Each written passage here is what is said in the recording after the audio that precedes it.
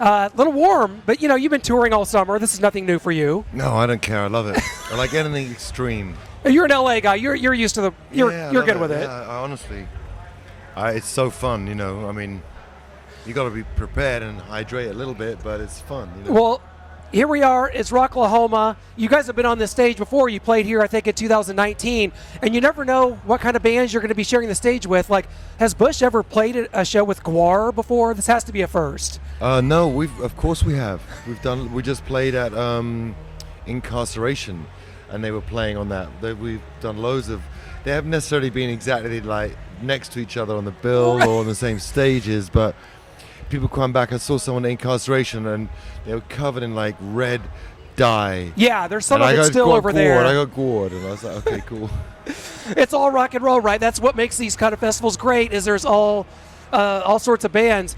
Gavin, one thing about you that I always found really interesting is during the quarantine, during 2020, you did a lot of covers. You did a lot of Instagram lives, and one song in particular was "Time After Time" that you did by Cyndi Lauper. Like, what was it about that song that made you want to do that? And a lot of fans kind of miss you doing those acoustic covers. You got to get back to that. No, I agree, and it was a lot of fun. That's just such an amazing song. It's like it's unlocking magic to learn how to play it, and it's so magical. That it's just everybody. It's in everybody's DNA. It's what it is, including mine. So. It was great. Is that a barbecue smell or is that toast? Barbecue. Yeah, it is. I was going to ask you that. Good. Are you like a food guy when you guys have toured all around the country all summer long. Are you like to try all the food? This is like a barbecue country here. Yeah, for sure. I love food, and a wasted meal is a wasted opportunity. That's where I see it. Whether you're eating at a roadside or whether you're eating in a fancy restaurant. As long as someone made it good and made it taste good, like it upsets me. I had a terrible lunch, for example. I made an Instagram story of it. Yeah, I tried it out, thought it was going to be great, happy or sad, in between, all regret. So I'm looking forward to something that smells and tastes good. Okay, please, catering over here, let's make this at least something that's good for Gavin. He didn't have a good go of it for lunch, so my goodness. Gavin, for you guys, Bush, it just seems like you have become such a major live act once again. You guys do a lot of headlining shows.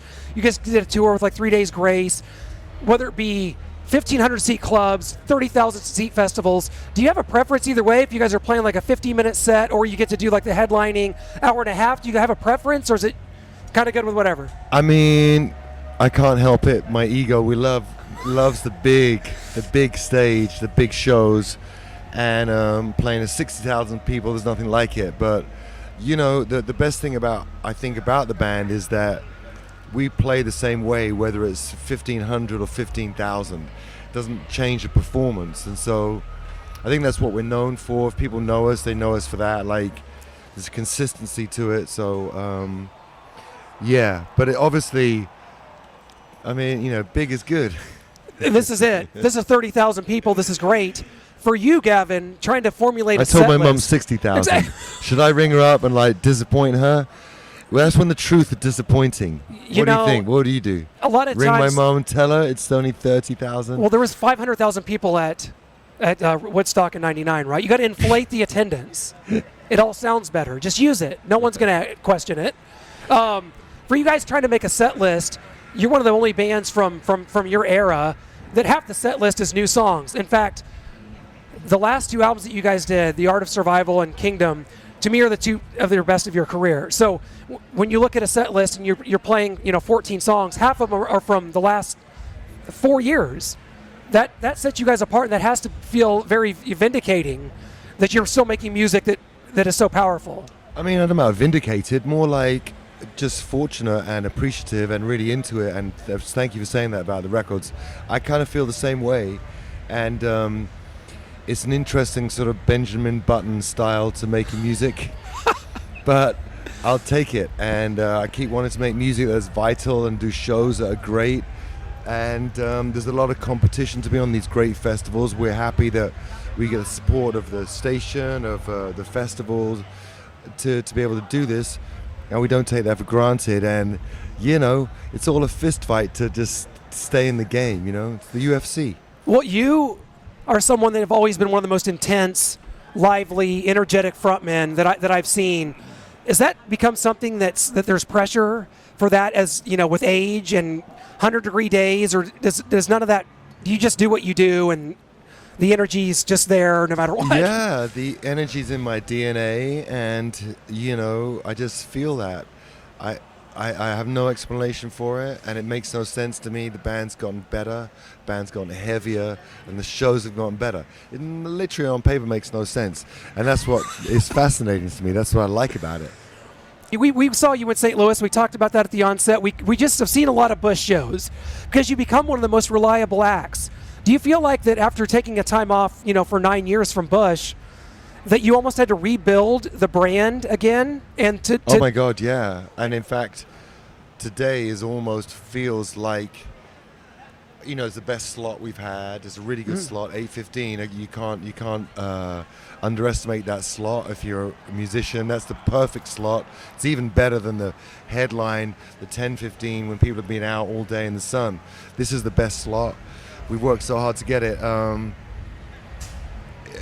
just think that if you have a passion for something, why not? And that's all it is having this passion. And yeah, we enjoy the fruits of our labor, which is having a great slot tonight.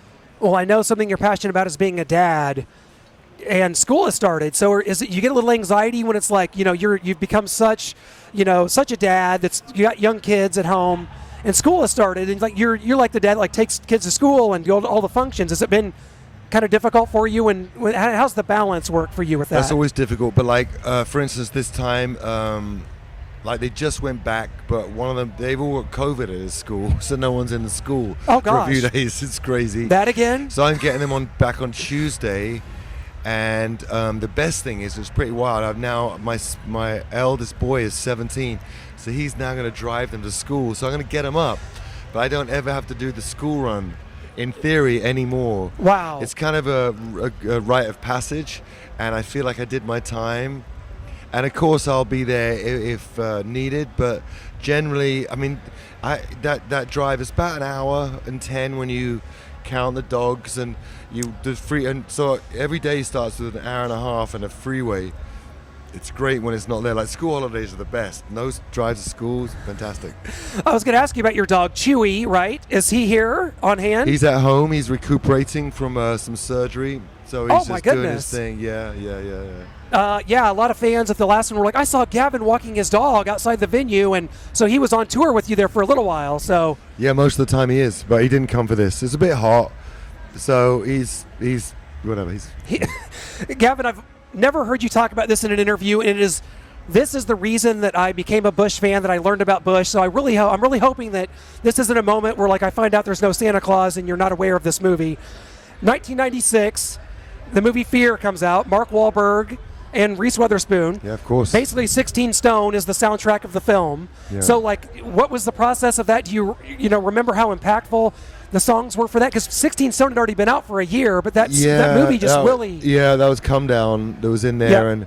And Machine Head, too. And Machine Head, yeah. It was super impactful. And being involved in any great project where you just supply the music is such a beautiful journey, because the song's done, you just happen to luck out and be part of a movie, like being part of John Wick for Bullet Holes or any songs that get picked up on big movies. It's a fun thing. I love it. Yeah, it was. It's just something that like I tie together to this day, seeing Mark Wahlberg as a psychopath. Now you've done acting yourself. What is there a role that you would like to take on? I mean, like a horror movie villain, or like a role like Mark Wahlberg in that movie where he's a psychotic boyfriend. What role can we look Definitely for you? Psychotic. I like the psychosis of life, and I like the more interesting, darker figures, darker films. So, yeah, the thing is that I will act again. It's just a case of finding the right job and anyone that wants me. I don't know. I'm not sure what I'd play now. The kind of retired Secret Service killer guy gets pissed off He's trying to live a rural life. He's just trying to work, like a history of violence. That kind of like Viggo Mortensen, you know, a movie where I start out as like the tiger dad, coaching the baseball team, but it turns out I was an assassin, and they mess with the wrong people when they got hold of our town, that kind of thing. Okay, that's very specific, and that sounds like maybe something that's coming up, and you know, I can't wait for that, whatever that is. The thing of it is, Gavin, you know, British actors, you got to come in and you got to do the American accent, though. Now, if you do that, you have to like live here in somewhere like in Oklahoma, and you'd have to have just like a straight. Can you do a good straight American accent? Is that? You've lived here long enough. You know, I try. I can a bit. I do it with my kids, but you know, they laugh at me when I do it. They don't help. I'm saying, listen, this depends. Your future depends on this. Your college tuition to work with me. It's my youngest. He's the sweetest. He will say things. I've done loads of auditions in American, and he will run through lines with me. The older two just laugh at me and think I'm embarrassing. So.